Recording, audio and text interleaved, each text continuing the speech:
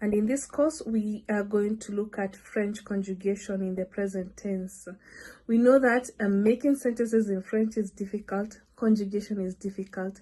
So we need a good explanation on how to conjugate verbs in the present tense so that we are able to communicate or engage in debates in very easy, simple sentences.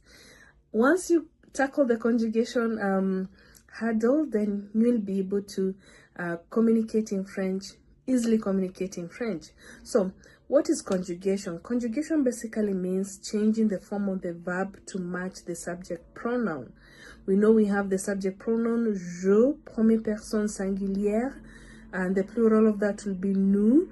Then we have tu, then we have vous, which is the second person, you're addressing the second person. Then we have the third person, which is il, elle au singulière, and il, elle au pluriel. So when you're conjugating a verb, the verbs, then they have to match these subject pronouns.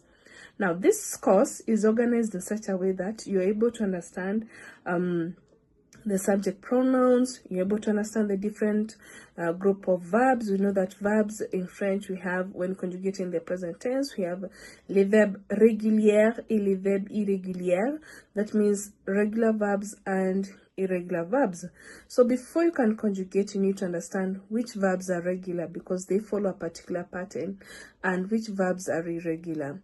So in this course, first thing we're going to understand maybe is the subject pronouns, le sujet pronom, and then secondly we're going to understand the different category of verbs. Then thereafter we're going to conjugate ER verbs, which are the verbs belonging to the first group. Do a few exercises on that.